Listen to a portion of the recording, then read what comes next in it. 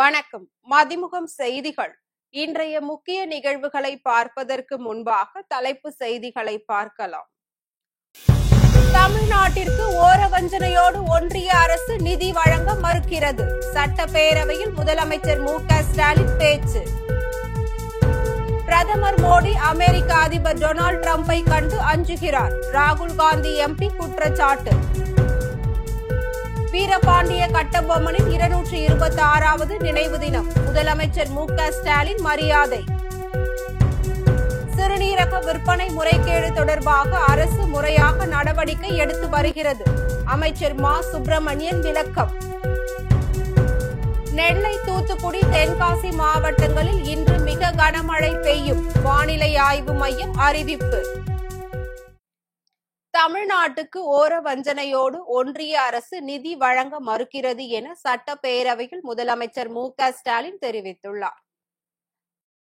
தமிழக சட்டப்பேரவை இன்று காலை வழக்கம் போல் தொடங்கி வினா விடை நேரம் நிறைவடைந்த போது முதலமைச்சர் மு.க.ஸ்டாலின் பேச தொடங்கினார். நிதி பிரச்சினை குறித்து தமிழ்நாட்டு எம்பிக்கள் தொடர்ந்து குரல் கொடுத்து வருகின்றனர். ஆனால் திமுக அரசு துரோகத்திற்கும் கொடுமைக்கும் ஆளாக வேண்டும் என ஒன்றிய அரசு செயல்பட்டு வருவதாகவும், தமிழ்நாட்டுக்கு ஓரவஞ்சனையோடு ஒன்றிய அரசு நிதி வழங்க மறுக்கிறது எனவும் முதலமைச்சர் தெரிவித்துள்ளார். முன்னதாக சித்த பல்கலை மசோதாவிற்கு ஆளுநர் பரிந்துரைகள் நிராகரிக்கும் தீர்மானம் சட்டப்பேரவையில் நிறைவேற்றம் செய்யப்பட்டது. நிதி பிரச்சனை பற்றி இங்கு விவாதம் நடைபெற்றுக் கொண்டிருக்கிறது. எதிர்க்கட்சித் தலைவர்கள் உங்களுடைய 39 எம்பிக்களை விட்டு பேச வேண்டும் என்று ஒரு கோரிக்கை வைத்திருக்கிறார். தொடர்ந்து நாடாளுமன்றத்தை குரல் எழுப்பி கொண்டுதான் இருக்கிறோம். ஒவ்வொருவரையும் ஜிஎஸ்டி மீட்டிங் நடக்கிற போது நம்முடைய நிதித்துறை அமைச்சர் அவர்களும் நிதித்துறையுடைய செயலாளர்களும் நேரடியாக சென்று இதை வலியுறுத்தி வற்புறுத்தி கொண்டிருக்கிறார்கள். இது தொடர்ந்து நடந்து கொண்டுதான் இருக்கிறது. ஆகவே இது வேண்டும் என்ற திட்டமிட்டு எதிர்க்கட்சியாக தமிழ்நாட்டிலே திராவிட முன்னேற்ற கழக தலைமையில் இருக்கக்கூடிய கூட்டணி இந்த ஆட்சி இப்படி சோகத்திற்கும் இப்படிப்பட்ட கொடுமைக்கு ஆளாக வேண்டும் என்ற எண்ணத்தில் ஒரு ஓரவஞ்சனையோடு இன்றைக்கு ஒன்றிய அரசு செய்து கொண்டிருக்கிறது தவிர வேற அல்ல. ஆகவேதான் நம்முடைய நிதித்துறை அமைச்சர் அவர்கள் நிதி அமைச்சர் அவர்கள் சொன்னார்கள், நீங்கள் இப்பொழுது அக்கறையோடு பேசக்கூடியவர்கள் நீங்களும் குரல் கொடுங்கள் என்றுதான் கேட்டிருக்கிறார் தவிர வேற எந்த நோக்கத்தோடும் அல்ல. பிரதமர் மோடி அமெரிக்க அதிபர் டொனால்டு டிரம்பை கண்டு பயப்படுவதாக ராகுல் காந்தி விமர்சித்துள்ளார். இது குறித்து ராகுல் காந்தி வெளியிட்டுள்ள எக்ஸ் தள பதிவில், இந்தியா ரஷ்யாவிடம் இருந்து எண்ணெயை வாங்காது என்று டிரம்ப் முடிவு செய்து அறிவிக்க அனுமதித்தது பலமுறை அவமதிக்கப்பட்ட போதிலும் டிரம்புக்கு தொடர்ந்து வாழ்த்து செய்திகளை பிரதமர் அனுப்பிக் கொண்டே இருப்பதை சுட்டிக்காட்டினார். அதேபோல் ஆபரேஷன் சிந்தூர் குறித்த டிரம்பின் கருத்துக்களுக்கு முரண்படாமல் இருப்பது ஆகியவை பிரதமர் மோடி டிரம்பை கண்டு பயப்படுவதை காட்டுகிறது என்று ராகுல் காந்தி தெரிவித்துள்ளார். நேற்று செய்தியாளர்களுக்கு அளித்த பேட்டியில் பேசிய அமெரிக்க அதிபர் டிரம்ப், இந்தியா விரைவில் ரஷ்யாவிடம் இருந்து எண்ணெய் வாங்குவதை நிறுத்தும் என்று தெரிவித்தார். முன்னதாக ரஷ்யா எண்ணெய் வாங்கி உக்ரைன் போரை ஊக்குவிப்பதாக இந்திய பொருட்களுக்கு அமெரிக்கா 50% வரி விதித்திருந்தது குறிப்பிடத்தக்கது. வீரபாண்டிய கட்டபொம்மனின் நினைவு தினத்தை ஒட்டி அவரது திருவுருவ சிலைக்கு முதலமைச்சர் மு.க.ஸ்டாலின் மரியாதை செலுத்தினார். சுதந்திர போராட்ட வீரர் வீரபாண்டிய கட்டபொம்மனின் 226வது நினைவு தினம் இன்று அனுசரிக்கப்படுகிறது. இந்நிலையில் சென்னை கிண்டியில் உள்ள வீரபாண்டிய கட்டபொம்மன் சிலைக்கு கீழ் அலங்கரித்து வைக்கப்பட்டுள்ள படத்திற்கு முதலமைச்சர் மு.க.ஸ்டாலின் மலர் தூவி மரியாதை செலுத்தினார். இதில் அமைச்சர்கள் சேகர் பாபு, சாமிநாதன், மேயர் பிரியா உள்ளிட்டோர் கலந்து கொண்டனர். இதனிடையே முதலமைச்சர் மு.க.ஸ்டாலின் வெளியிட்டுள்ள எக்ஸ் தள பதிவில், அந்நிய ஆதிக்கத்துக்கு அடிபணிந்து வரி கட்ட மறுத்து அஞ்சா நெஞ்சனாக போர் நடத்திய விடுதலை நாயகர் வீரபாண்டிய கட்டபொம்மன் நினைவு நாள் என குறிப்பிட்டுள்ளார். சிப்பாய் புரட்சிக்கு பல ஆண்டுகள் முன்னரே விடுதலை போராட்ட உணர்வை பரவ செய்து உறுதி குலையாமல் போராடி உயிர் துறந்த பாஞ்சாலங்குறிச்சி பாளையக்காரராம் கட்டபொம்மனின் தியாகம் தமிழ் மண்ணின் தன்மான உணர்வுக்கு சான்றாக என்றும் போற்றப்படும் என முதலமைச்சர் தெரிவித்துள்ளார். சிறுநீரக விற்பனை முறைகேடு தொடர்பாக அரசு முறையாக நடவடிக்கை எடுத்து வருவதாக அமைச்சர் மா. சுப்பிரமணியன் தெரிவித்துள்ளார். சட்டப்பேரவையில் உரையாற்றிய அமைச்சர் மா. சுப்பிரமணியன் சிறுநீரக விற்பனை முறைகேடு குறித்து விளக்கம் அளித்தார். அப்போது சிறுநீரக விற்பனை முறைகேடு குறித்து IAS அதிகாரி வினித் தலைமையிலான குழு நாமக்கல் பள்ளிப்பாளையத்தில் ஆய்வு மேற்கொண்டதாகவும், சிறுநீரக விற்பனை முறைகேடு தொடர்பாக 2 இடைத்தரகர்கள் மீது வழக்கு பதிவு செய்யப்பட்டுள்ளதாகவும் தெரிவித்தார்.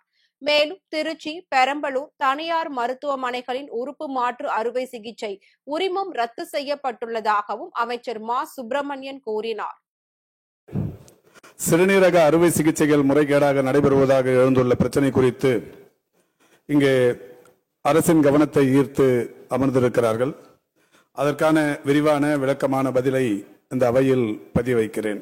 தொலைக்காட்சிகளில் இந்த செய்தி பார்த்த உடனே எங்களை அழைத்து இது போன்றது ஒரு செய்தி பரவி வருகிறது, உடனடியாக நடவடிக்கை எடுக்க வேண்டும் என்று அறிவுறுத்தினார்கள்.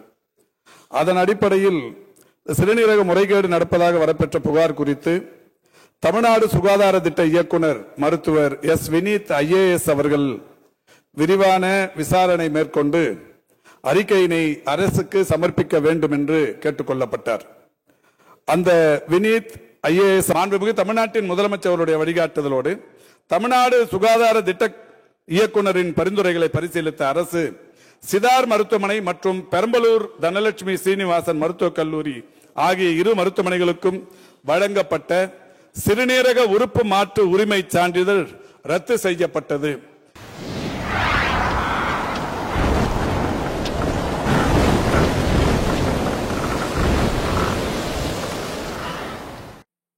நெல்லை, தூத்துக்குடி, தென்காசி மாவட்டங்களில் இன்று மிக கனமழை பெய்யும் என வானிலை ஆய்வு மையம் அறிவித்துள்ளது. தமிழகத்தில் அதிக அளவு மழையை பெற்றுத்தரக்கூடிய வடகிழக்கு பருவமழை இன்று தொடங்கும் என அறிவிக்கப்பட்டிருந்தது. இந்நிலையில் தென்கிழக்கு அரபிக்கடல் மற்றும் அதனை ஒட்டிய லட்சத்தீவு பகுதிகளில் ஒரு வளிமண்டல மேலடுக்கு சுழற்சி நிலவுகிறது. இதனால் வரும் 19ஆம் தேதி தென்கிழக்கு அரபிக்கடல் மற்றும் லட்சத்தீவு பகுதிகளில், கேரளா, கர்நாடக பகுதிகளில் ஒரு காற்றழுத்த தாழ்வு பகுதி உருவாகக்கூடும் என்றும் தெரிவிக்கப்பட்டது. இதன் தொடர்ச்சியாக தமிழகத்தில் அநேக இடங்களிலும், புதுவை மற்றும் காரைக்கால் பகுதிகளிலும் இடி மின்னலுடன் பலத்த காற்றுடன் கூடிய மிதமான மழை பெய்யக்கூடும் என்று சென்னை வானிலை ஆய்வு மையம் தெரிவித்துள்ளது. இந்நிலையில் நெல்லை, தூத்துக்குடி, தென்காசி மாவட்டங்களில் இன்று மிக கனமழை பெய்யும் என வானிலை ஆய்வு மையம் அறிவித்துள்ளது. இந்த சூழலில் முன்னெச்சரிக்கை நடவடிக்கையாக நெல்லை, தூத்துக்குடி மற்றும் தென்காசி ஆகிய 3 மாவட்டங்களில் பள்ளிகளுக்கு மட்டும் இன்று விடுமுறை அளித்து மாவட்ட ஆட்சியர்கள் உத்தரவிட்டுள்ளனர். ஹிந்தி மொழியை அனைத்து வகையிலும் தடை செய்யும் சட்ட மசோதாவை சட்டசபையில் நிறைவேற்றிய நிலையில் பொள்ளாச்சியில் திமுகவினர் ஹிந்தி எழுத்துக்களை தீயிட்டு கொளுத்தி வரவேற்றனர். ஹிந்தி மொழிக்கு தடை விதிக்கும் மசோதா சட்டப்பேரவையில் தாக்கல் செய்ய உள்ளதாக தகவல்கள் வெளியாகியுள்ளது. இந்த மசோதாவிற்கு வரவேற்பு தெரிவிக்கும் விதமாக கோவை மாவட்டம் பொள்ளாச்சியில் வடக்கு நகர திமுக சார்பில் ஹிந்தி திணிப்பை கண்டித்தும் ஒன்றிய அரசை கண்டித்தும் முழக்கங்களை எழுப்பினர். மேலும் இந்த தீர்மானம் நிறைவேற்றுவதை வரவேற்கும் விதமாக இந்தி எழுத்துக்களை தீயிட்டு கொளுத்தி முதலமைச்சரின் நடவடிக்கைக்கு வரவேற்பு தெரிவித்ததாக திமுகவினர் தெரிவித்துள்ளனர். மயிலாடுதுறை அருகே போக்சோ வழக்கில் கைதான 3 இளைஞர்களுக்கு சிறை தண்டனை விதித்து மாவட்ட அமர்வு நீதிமன்றம் தீர்ப்பளித்துள்ளது. மயிலாடுதுறை அனைத்து மகளிர் காவல் நிலைய எல்லைக்கு உட்பட்ட பகுதியில் 2021ஆம் ஆண்டு 15 வயது சிறுமியிடம் பாலியல் துன்புறுத்தலில் ஈடுபட்ட விமல்ராஜ், சல்மான், கலைவாணன் ஆகிய 3 இளைஞர்கள் போக்சோ சட்டத்தின் கீழ் கைது செய்தனர். இந்த வழக்கின் விசாரணை மயிலாடுதுறை மாவட்ட அமர்வு நீதிமன்றத்தில் நடைபெற்று வந்த நிலையில் மயிலாடுதுறை மாவட்ட அமர்வு நீதிபதி மூவரையும் குற்றவாளி என தீர்மானித்து விமல்ராஜுக்கு 12 ஆண்டுகள் சிறை தண்டனை மற்றும் 4000 ரூபாய் அபராதமும், சல்மான் மற்றும் கலைவாணனுக்கு 9 ஆண்டுகள் சிறை தண்டனை மற்றும் 3000 ரூபாய் அபராதமும் விதித்து தண்டனையை ஏக காலத்தில் அனுபவிக்க உத்தரவிட்டார். திருப்பத்தூர் மாவட்டம் வாணியம்பாடியில் போனஸ் மற்றும் நிலுவைத் தொகை வழங்காத தொழிற்சாலை நிர்வாகத்தை கண்டித்து தொழிலாளர்கள் உண்ணாவிரத போராட்டத்தில் ஈடுபட்டனர். வாணியம்பாடி கச்சேரி சாலையில் செயல்பட்டு வந்த தோல் தொழிற்சாலையில் சுமார் 50க்கும் மேற்பட்ட தொழிலாளர்கள் பணிபுரிந்து வந்துள்ளனர். இந்நிலையில் கடந்த 5 ஆண்டுகளாக தொழிலாளர்களுக்கு செலுத்த வேண்டிய வருங்கால வைப்பு நிதி மற்றும் போனஸ் நிலுவைத் தொகை ஆகியவற்றை தொழிற்சாலை நிர்வாகம் வழங்காமல் காலம் தாழ்த்தி வந்ததாக கூறப்படுகிறது. இந்நிலையில் தொழிற்சாலையை வேறு நிறுவனத்திற்கு விற்றுவிட்டதாக கூறப்படுகிறது. இதனை அறிந்த தொழிலாளர்கள் பலமுறை தொழிற்சாலை உரிமையாளரிடம் தங்களுக்கு சேர வேண்டிய நிலுவைத் தொகை வழங்க வலியுறுத்தி வந்ததாகவும் எந்தவித தீர்வும் எட்டப்படாத நிலையில் பாதிக்கப்பட்ட தொழிலாளர்கள் தொழிற்சாலை முன்பு சாகும் வரை உண்ணாவிரதம் என்ற வாசகம் அடங்கிய பேனருடன் அமர்ந்து உண்ணாவிரத போராட்டத்தில் ஈடுபட்டனர். 20 வருஷமா வேலை நிறுத்திட்டாங்க. வேலை நிறுத்திட்டு நீங்க வந்து கேட்டுக்கிறோம். செட்டில்மெண்ட்டு போனஸ் 5 வருஷமா கேட்டுக்கிறோம். போனஸ் செட்டில்மெண்ட்டு பிஎஃப் எதுவுமே கொடுக்கல. ஒன்றும் எதனா கொடுங்க, எதனா சரி பண்ணி கொடுங்க அப்படின்னு கேட்டுருந்தா கூட கொடுக்குறேன் போ, துட்டு வரல கொடுக்குறேன் தான் சொல்றாங்களே தவிர உள்ள போனா சொல்லி அனுப்புறோம் ஃபோன் பண்றோம் அப்படின்னு சொல்லி அனுப்பிச்சிடுறாங்க. வந்து போயினுக்கிறோம். 5 வருஷமா வந்து போயிருந்தாங்கிறோம்.